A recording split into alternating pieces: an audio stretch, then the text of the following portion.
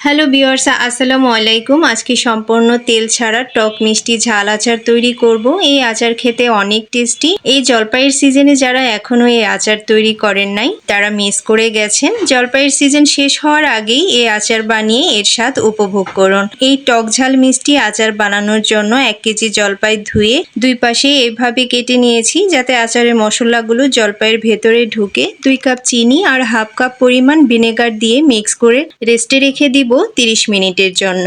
এরই মধ্যে চিনি গলে পানি উঠে আসবে। পানি সহ প্যানে ঢেলে দিব। স্বাদ মতো লবণ অ্যাড করলাম। এবার নেড়েচেড়ে মিক্স করে ঢাকনা দিয়ে ঢেকে 4-5 মিনিটের মতো সেদ্ধ করে নেব। 5 মিনিট পর ঢাকনা খুলে সামান্য হলুদ গুঁড়া, 1 টেবিল চামচ মরিচ গুঁড়া দিয়ে মিক্স করে নেব।